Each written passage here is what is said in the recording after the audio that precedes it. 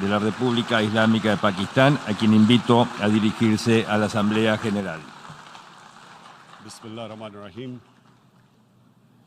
Iyyaka na'budu wa iyyaka nasta'in. Mr. President, Honorable Secretary General,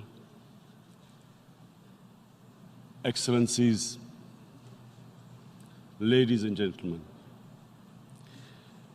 I feel honored today to represent my country at this forum of world leaders, where we have a chance to discuss problems that the world is facing. I want to talk about a lot of problems, but just 4 today. And I especially came to this forum despite a difficult time in my country, facing challenges. I would not have come, but because I feel that there are some very urgent problems which the world must address. So first of all, I start with climate change. So many leaders have talked about climate change. But Mr. President, I feel that there is a lack of seriousness.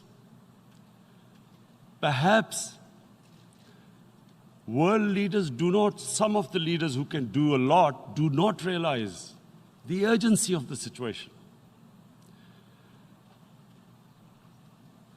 We have a lot of ideas, but as someone said, ideas without funding is mere hallucination.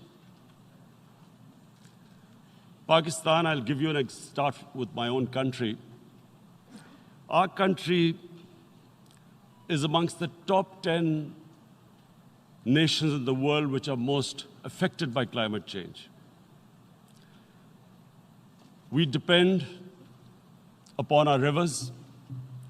We are mainly an agricultural country. And 80% of the water in our rivers comes from our glaciers. The glaciers, not just on the Pakistani side, even India. The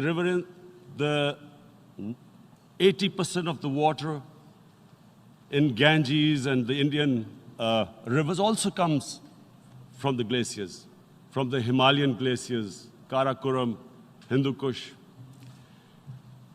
And these glaciers are melting at quite a rapid pace. We detected already 5,000 glacial lakes in our mountains.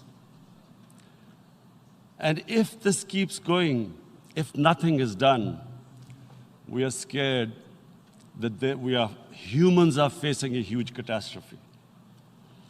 In my country, when my party came to power in the province of KP, we planted 1 billion trees in 5 years.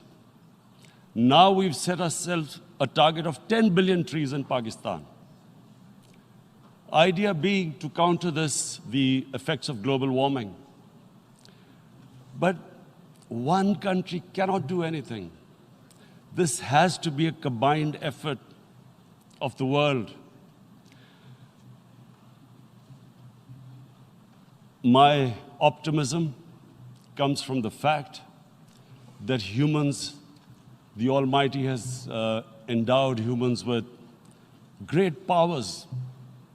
We can do anything, provided our survival instinct is stirred up.